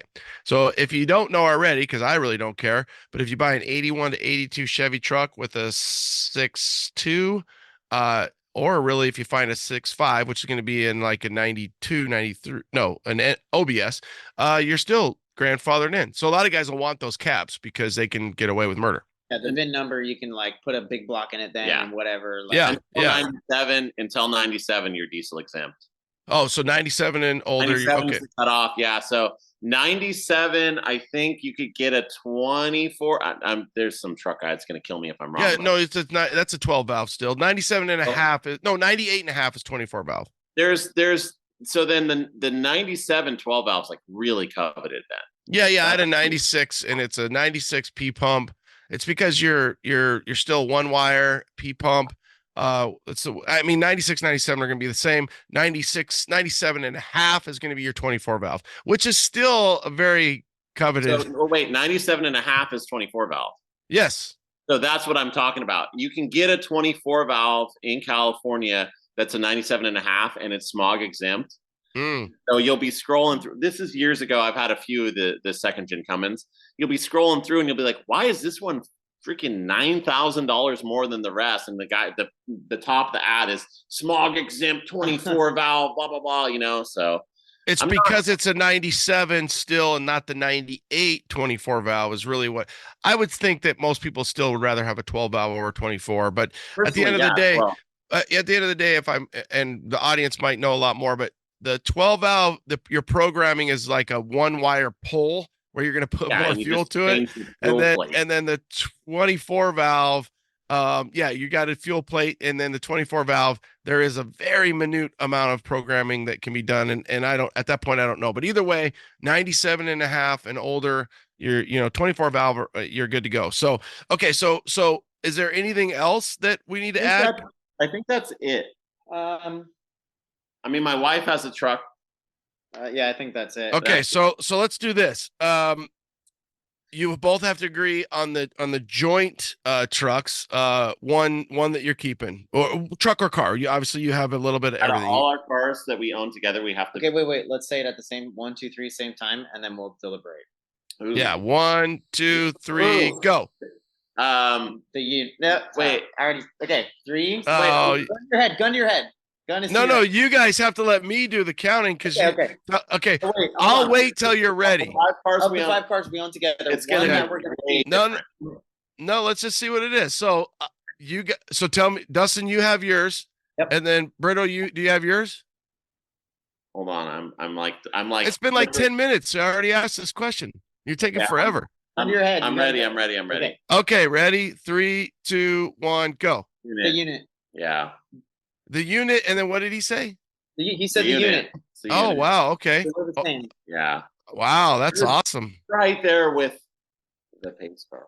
The pace car is a hard one too. We're honestly, at the end of the day, it's all about the history. How about this? How about the unit pulling the pace car? You get both. Now we're talking. That's a little. We get to keep it in the Ronnie. That's a little Nylint, NYLINT, the old school little sets. The little Nylint. Yeah. We would get those little sets. So that could happen. You know, you got impounded, and the unit had to come take you in because you guys had some Mary J. Wanna in the back of it, and they were cannonball. It was a pace car. They were cannonball running it, and they were trying to hide some dope in there, and the unit had to come get it. It's all one piece. That's not that far off from the pace car. This is literally not even a reel. This is a YouTube series. Driveway smugglers. Yeah. Okay, so now Dustin, you get to keep one. What are you keeping? I'm keeping the 69 Camaro. Oh, I was going to say that. Yeah, I was going to say the Camaro. It's not even the condition of it, honestly. The perfect condition. No, it's not even that. It's not even that. It's hard. I have a lot of good memories with the orange truck and the copper Camaro, the 70 Camaro. What it boils down to is it's something I built with my dad. And that's something I'm going to be able to remember for the rest of my life. I'm going to be able to share with my kids. Hey, your grandpa and I built this together. That is it right there. Those moments, they'll never be recreated. Like my dad and I did that together. All the hours we spent in the garage, cleaning, working, doing things. It's amazing. You know. Yeah, it's awesome. Okay. Brito, what do you got? You got the hardest because you got one. I have to pick one. Yeah, one. But the Cummins is excluded, right? Well, yeah, because your grandpa gave it to you. I'll give you that one. Yeah. That it's really hard for me, but I'll tell you what puts it over the edge is the memories that I've created with my kids in my Suburban. Sure. Are going to be like, I know for a fact if somebody, because I've had decent offers on that. Really good offers actually, and I've considered it. You know, just like I'm a car guy. I like to buy and sell, but you know that's the one. At the end of the day, like my daughter came home from. No, she didn't come home from the hospital in that. She almost came home from the hospital in that, but she was conceived in that. We'll just go with that. Well, actually, no. It was funny. We were talking about it today. It was like my wife's like, "Hey, I'm pregnant," and I had Blazers. I'm like, "God damn, I got to get a Suburban." And then it was like, 4 or 5 months into it before I found the right one. And then, I made this really funny meme we were talking about where it's just a pregnancy test, but it says buy a Suburban because, I needed that. But yeah, if I can't get rid of anything else, it's the Suburban. If you take the Suburban out of the equation, it's no, we already took the Cummins out. So now you get the Suburban. Passes, it's the Suburban then. All right. Then I wanted to wait because I didn't want to ask Dustin if he gets a second choice because then you knew I'd give you a second choice. So now you both get a second choice. All right. So this is hard for you. Second choice. Okay, you wait. You think about it. Brito, what's your second choice? If I'm Dustin, I'm choosing his silver truck. No, you're you. What's your second choice? I'm still silver trucking it. Because I know what I'm picking if I had your stash. It's definitely not a 63 Mercedes, I'll tell you that. No, it's that I won't own that in 5 years. No. The junkyard will, but it will have had a lot of fun. I mean, to be honest, if I'm keeping anything else, it's my bronze truck because it's a K20. And yeah, that is the no-brainer. That truck is so sweet. It took me like 4 or 5 years to get that guy to sell me that truck. And it was like I went to go pick it up one day and he changed his mind. It took me. That truck has been with me for a minute. So yeah, it's a sweet truck. I mean, when you think about it, Jake Brown up there in the Pacific Northwest is playing with himself right now. But that's a man's truck. I mean, that is just that they don't get more manly than that truck. I mean, that is a beautiful truck, original paint. You've got the engineered vintage AF grill on there. That's America. That thing's badass. Yeah. And it obviously you put it to work. It tows. Oh yeah. I towed for the first time. So what's funny is I towed for the first time to Turlock. I'd never towed with it. That's the original engine that came out of his 1970. That's the shared, you guys share it. You guys are engine swappers. Yes. So he basically gave me that engine and then it went to the school and it kicked around the school for a couple years. Kids tinkered with it. And then it always had a knock, just like a duck, duck, duck, duck, duck. It's like laughs at you. That's my trademark with small blocks. So then did you figure out what that little tick tick tick tick tick is? I don't want to ruin the surprise. Okay. So it's a high school shop. So you go, okay, I'm going to buy some rings and bearings. And we pull the crank out. The crank is destroyed. It's supposed to have 7 thousandths in play back and forth. It had like 150 thousandths. It was like you could grab the crank and go click, click, click, click, click. The crank was machining the main cap. It was messed literally up. touching the main cap. So I got a different crank. Then I realized the block is cracked. There's a crack down the side of the block. And so how did you realize that when you pulled it all out? You could see it. I mean, was it that kind of crack, or did you do some testing? Or no? How I realized it is I had already got the crank for it and bought the crank and made the investment to keep going on this engine. And then I'm like, okay. I started cleaning it up, getting ready to do final assembly after it's like honed and stuff. And I'm chipping all the sludge off the side of the block, and a bunch of JB weld fell off, and there's a fat crack. That long. Shit. Like so I was daily driving that. And He's daily driving it. It was sludge and JB weld. Really make a good bond. I drilled a hole in the end of the crack on each side, and I silicone bronze TIG that baby up. And, it's a school engine. I'm building it with kids. It could be destroyed anyway. So, we put it together there. And I changed everything. I changed the rotating assembly. I changed, the cam. It got cam bearings, rings, everything. A full rebuild, right? Different heads, different valve springs. No, I changed the heads. No, but I put different ones yet. Oh, my God. More different heads. Yeah. And so then everything goes together, get it running, and it's still got the knock. I changed every part it could possibly be. So my best theory is since it cracked, okay, I'm going to run it forever. I'm going to drive it until it explodes. It's not like a knock. It's not a bad knock. It's tick. Just, little tick. Little tick. It's not even a tick. It's like it's something else. But I have had 3 small blocks that have done that, and they're run perfect. My best theory is when the water inside of it expanded enough to make it crack, something expanded in the bore somewhere, not the bore, but somewhere in the water jacket, so that there's maybe a rod is just barely touching, because it kind of comes and goes too, like with heat. So, but that engine runs. I mean, I was fully rebuilt. It runs perfect, man. I mean, it has all the torque. 400 is my favorite small block for sure, beyond a shadow of a doubt. Like 400s, I have a real soft spot for them. But yeah, that was his engine, and then the engine in the yellow truck was the engine out of his Camaro. Yep. And that was the same kind of thing, and that's coming out soon because it is leaking. But we kind of pass a lot of stuff back and forth. So you keeping the bronze truck? What's your second? All right, I got it narrowed down. So it's tough between the orange truck and the 70 Camaro.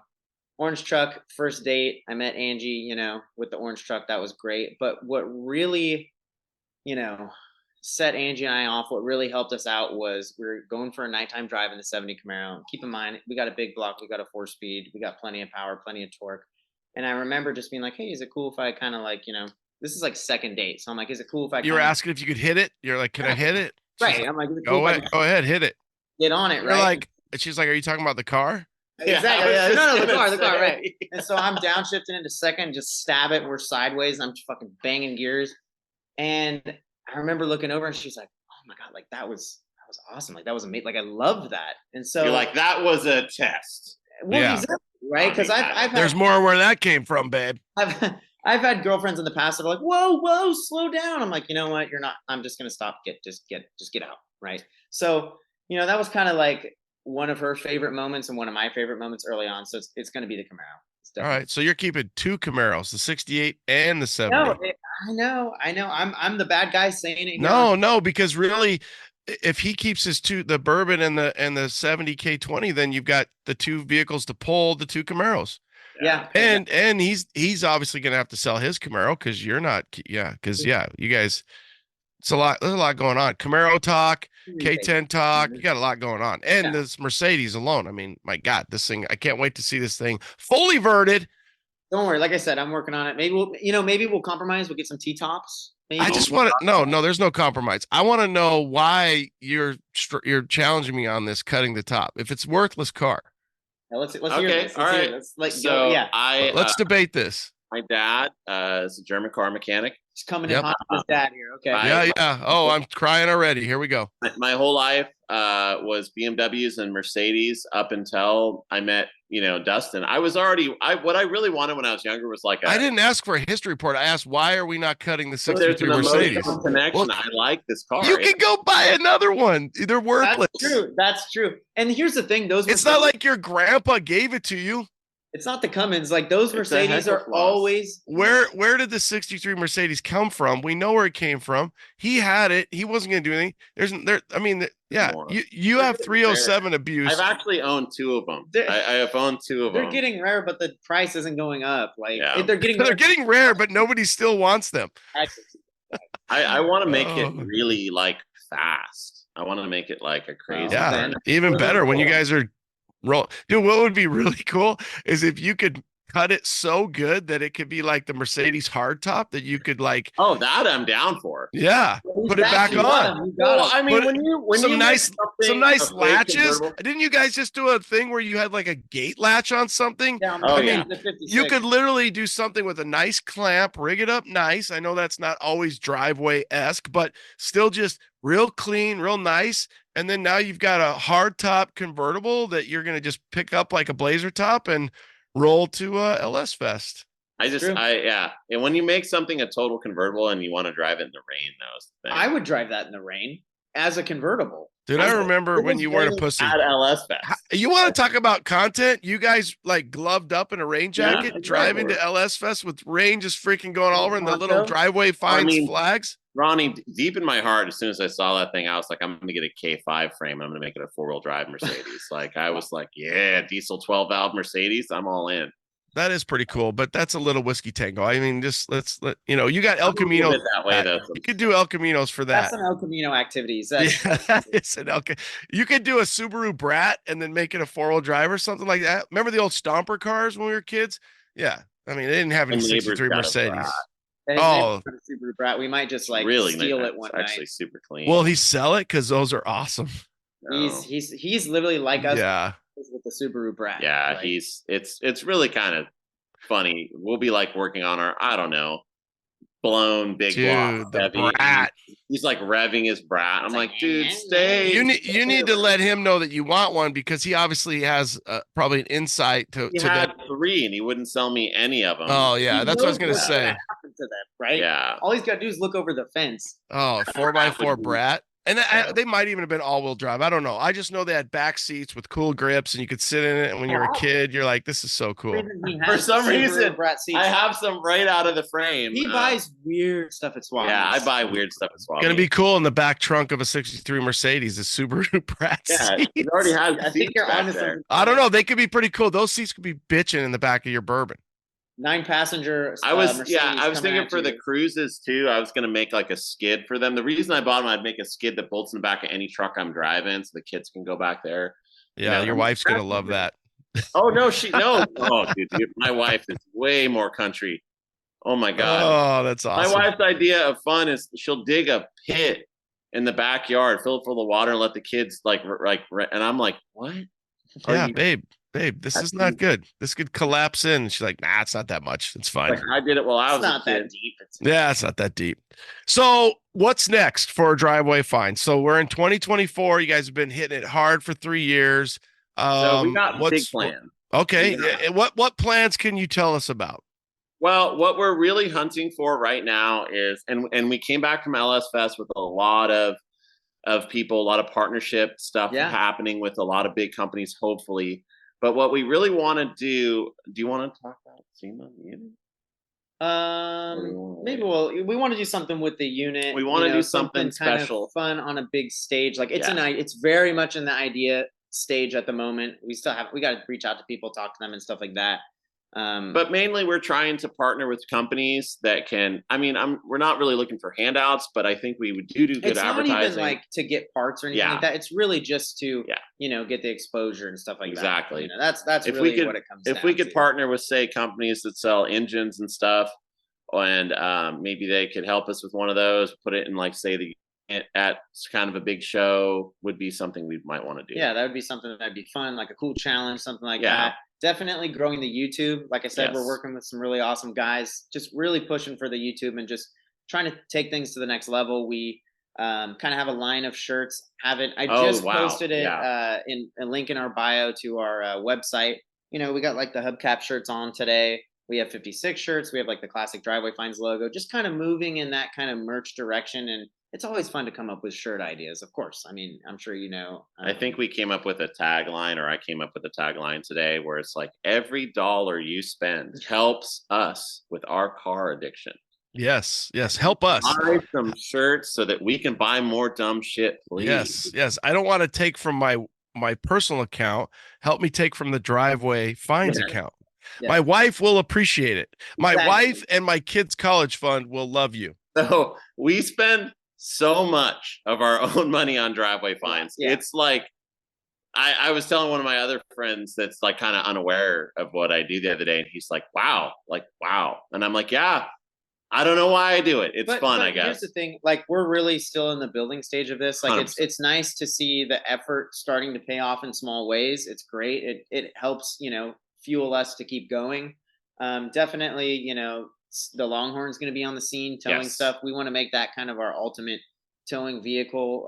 The pace car is finally going to be from the depths of the that barn. Has to get. We've owned the pace car for like longer 4 or really 5 years. Yeah, so that's going to come out. Just trying to have more. Will the Longhorn be stock? Will it be lifted, lowered, cut? What's the plan with the Longhorn? And is it an anniversary truck? I know it's a 68. Yes, but it is an anniversary truck. Real anniversary truck. And it has the seats and all the interior. Yep. It has the white seats, the gold sun visors, gold steering column, gold dash pad. All right. Those are worth money. You could sell those and then, just chop up the truck. But us, we're purists. Yeah. Okay. But we want it. It's not going to be dead original. We're thinking, I have a 100% brand new 454. The 396 in it runs great, but it's not the original 396. It got replaced. It's actually a 68 Camaro 396. So we were going to throw that in the pace car just to get it running. So what we want is something that we can tow with long distances. That's cool. We're probably going to maybe run like maybe Holly Terminator on it. Yeah. Keep it a Longhorn. Yeah. Keep it wood bed. We might even put like a, what's it for the, gooseneck. A gooseneck in it, have something kind of like that. Make it the ultimate tow rig. It's not going to be lifted crazy. It's going to be. Is it a C20 then as well? Yeah. 30. It's a 30. Oh, it's a C30. A 30. Yeah, Longhorns are all 30s because they're thick frame. They have thicker frame. It's like bigger spring in the back, maybe. Everything, yeah. So with Longhorns, the frame is 11 inches instead of 8, I think. I had a tow truck and it's a massive, it's like 11 inches in the middle there, and it was a 30. We've even talked about, it's just hard because I don't necessarily like the way most of the swaps I've seen have happened, but like we've even talked about making it like a 12 valve Cummins even. Yeah. But keeping it original appearing. That's on the thing. The outside. We of course we want to keep it patina, keep the interior nice, original. So what would be really cool just to add to all the stuff that you do. And I'm not, for whatever reason, the 68 slope nose to me is such a just beautiful short bed, lowered, whatever. Okay, I get that. Like that's, to me, that would be the way to go with it. But you're gonna switch it up. It'd be so cool if you made a dually out of it. We've talked about making a dually, but having it be an inboard. Yep. You could do that. So then it could help tow, right? Yeah, the only problem I wonder, when you go inboard, you're still going to get the support, right? Because you're going with the 4 wheels versus the 2. I just don't know if you're going to get quite as much support by going out, right? Yeah. It's actually, if you bought a cab and chassis to inboard a dually, my C30 that I bought, they're narrower. From that time, right? So you will see where they had a little flare on a normal long bed that was like a dually. But obviously, if you think about it, GM figured it out and said, we need to go a little wider because you get so much in there. So taking step side fenders, putting them on there, and then making one of one, anniversary dualies would be pretty bitchin'. And then obviously doing once you do that, then you get to put the diesel in it, you put the Cummins in it because you're changing it up. And if you really wanted it for towing, those two things will do all of that, right? An MV 4500, 12 valve, and then making it a dually, or I guess, you could always do a flatbed. But it'd be cool I think we want to keep the bed on it. We kind of want it to be like, if we were going to go that route with the step side fenders, stuff like that, have it be something that was like, it was left on the drawing board at GM, right? Yeah. Like they never got, it's going to look all factory. It's going to have, 68 hubcaps, that's our style. We love original 100%. factory stuff. Yeah, even like a white wheel, dually wheels or something like that would look. I mean, a lot of fun there. A lot of imagining what you could do with that. Exactly. One of the things that we always do in all of our projects is, and I think this is a real strength, really, but we always plan out in stages. Like the 56 head last year was stage 1. This year we're in stage 2. The stage 1 of the Longhorn is just running and driving, to be honest. Yeah, just reliable. We just want to get it out and running and driving, and that's what the 454 is going to be for. And then, down the road when we have more time, if I happen across the right, who knows? Yeah, we'll make it. Maybe it's a Duramax. I don't know. They fit in there a little bit better. Yeah, whatever you can find. And obviously it does become, I could see where I have this as well, is where I build it in my head, and then, time and building it in your head, and pocketbook and time and building it in your head, and pocketbook and time and family and life. It's a balance, and it's a struggle, right? The struggle is real, first world problems. It's more of a battle than a balance, I would say, to be honest. Well, and you have to make compromises with yourself, and that's the hardest thing to do, because you'll